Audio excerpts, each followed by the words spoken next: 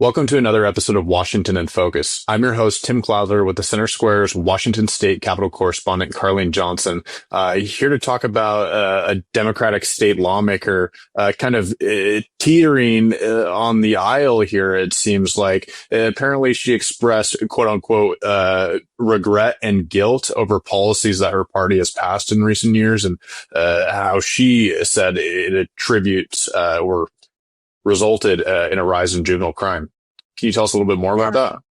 Yeah, this is Representative Lauren Davis, a Democrat who represents North Seattle, kind of Shoreline, Linwood, that area up there. And she's been in Olympia for 7 sessions. So I believe 2026 will be the beginning of her 8th session in the Washington State Legislature. And she penned an op-ed in the Seattle Times last weekend. And I had a couple of folks forward it to me and read it. And I thought, wow, this is very surprising to have a lawmaker basically come out and say, I'm culpable. I'm culpable for a rise in juvenile crime, drug problems on our streets. I'm culpable for these things, and I have a lot of regret and guilt over it because I've supported policies that the majority in Olympia, Democrats, holding majorities in both the House and Senate, have promoted. And she said, after, several years now, I feel like I can stand up for myself, speak up against what I think is bad policy and own it. So I followed up with her, and we had a lengthy conversation on Monday ahead of that article. And I found it very refreshing that she wanted to so publicly put herself out there and say, I made some bad votes on policy, not understanding it as a new lawmaker, and I'm going to do better here on out. Yeah, definitely interesting to hear coming from someone sitting in the Democratic majority, which has controlled the legislature and the executive branch for years now. I mean, while there are some Republican policies that have come through the door, they're few and far between, and especially on issues like public safety, it's typically policies, proposals coming from the majority with maybe a few amendments from Republicans that we see come through the door. And I don't know if I've ever heard a Democrat, at least in recent years, from the state party say, look, we have some blame to bear here. Yeah, absolutely. It was pretty shocking because she could face certainly some consequences, if you will, from, leadership that may not want her, to have the seats that she does on certain, policy committees. She sits on a couple of the committees that these bills come through. And the ones that she mentioned in the op-ed, she called out 8 specific pieces of legislation that she had supported in prior sessions that she thinks, she wouldn't make that same vote today. And the ones about juvenile crime, she said, I've sat in the interim with parents who've lost, their kids because of the spike in juvenile crime. She mentioned one piece of legislation in particular that, used to be if you've got a kid who's constantly, truant in school, maybe got picked up with marijuana on him or whatever. There were programs and interventions in the middle and high schools at that point, based on state law and statute that was in place at the time, to help that kid to try and get him back on the right path before he got deeper and deeper down the road that leads to then, drug addiction and crime and everything else that we've got going on in our communities. The lawmakers, Democrats, undid that so that they don't have those intervention programs in the middle and high school level for juveniles anymore. They felt that at the time it was targeting minority communities, and there was not a fairness issue there. She said that she feels that was a huge mistake and she would not support that legislation now. She knew full well putting herself out there in an op-ed in the Seattle Times and then giving me an interview the next day would definitely cause some hairs to go up on the backs of the necks of majority leadership. And sure enough, it already has. And, I found it interesting that, Rep. Davis followed up with me twice on Tuesday after the article published, within a couple of minutes saying, did I really say that to you? If I said that to you, leave that in the article. I'm very comfortable with it, but I just want to make sure. And so we had lengthy conversation because she's already getting pressure. It came quick. It came within 10 minutes of the article publishing, on Tuesday that she was getting some pushback.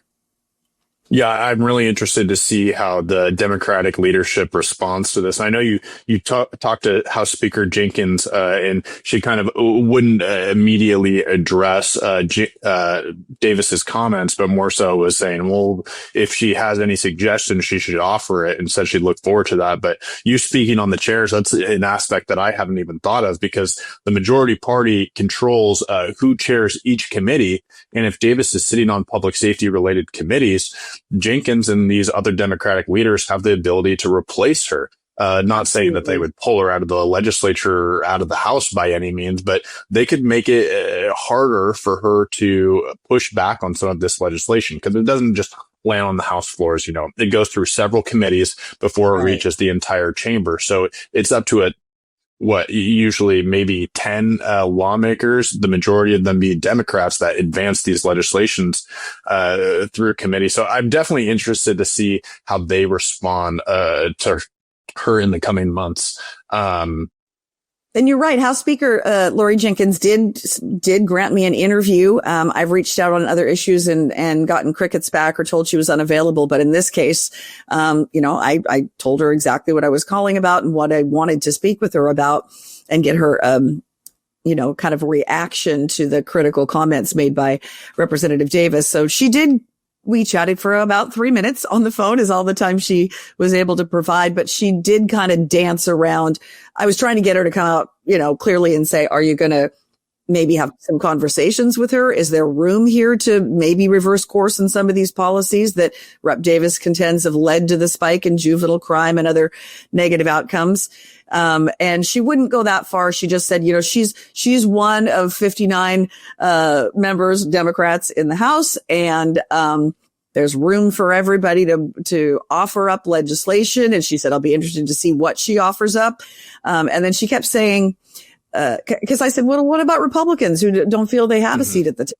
Who've continued, like you mentioned, to offer up pieces of legislation that oftentimes don't even get a hearing. They die before they even are offered a public hearing in the legislature. And she said, well, anybody has the ability to build a coalition.